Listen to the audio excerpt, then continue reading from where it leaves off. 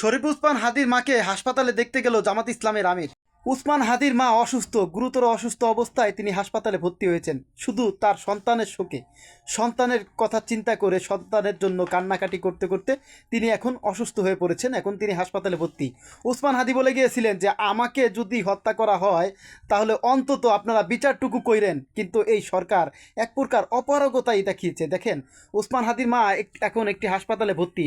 তাকে দেখতে গিয়েছেন জামাত ইসলামের আমির ডাক্তার শফিকুর রহমান। তাকে দেখেছেন, তার জন্য দোয়া করেছেন এবং ডাক্তারের সাথে কথা বলেছেন, তাকে সর্বোচ্চ সহযোগিতা করার আশ্বাস দিয়েছেন।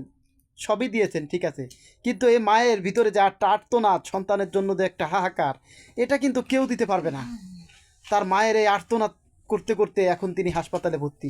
ওসমান হাদির পরিবার একটাই আশা ছিল যেন বিচারটুকু ঠিকমতো হয়, কিন্তু এই সরকার এই বিচারটুকু করতে অপারগতা এক প্রকার দেখাচ্ছে। দেখেন, বাংলাদেশের প্রত্যেকটা মানুষ চেয়েছিল ওসমান হাদিকে যারা এই নৃশংসভাবে হত্যা করেছে তার যেন বিচার হয়, কিন্তু এই সরকার করতে পারেনি। জামাত ইসলামের আমির হয়তোবা তার ফ্যামিলির খোঁজখবর রাখবে, যা প্রয়োজন দিবে, কিন্তু এই যে মায়ের কাছে সন্তানের যে একটা শূন্যতা, এই শূন্যতা কেউ পূরণ করতে পারবে না। আমরা সবাই ওসমান হাদির ফ্যামিলির জন্য দোয়া করব, সর্বোচ্চ ধৈর্য যেন তারা ধারণ করতে পারে।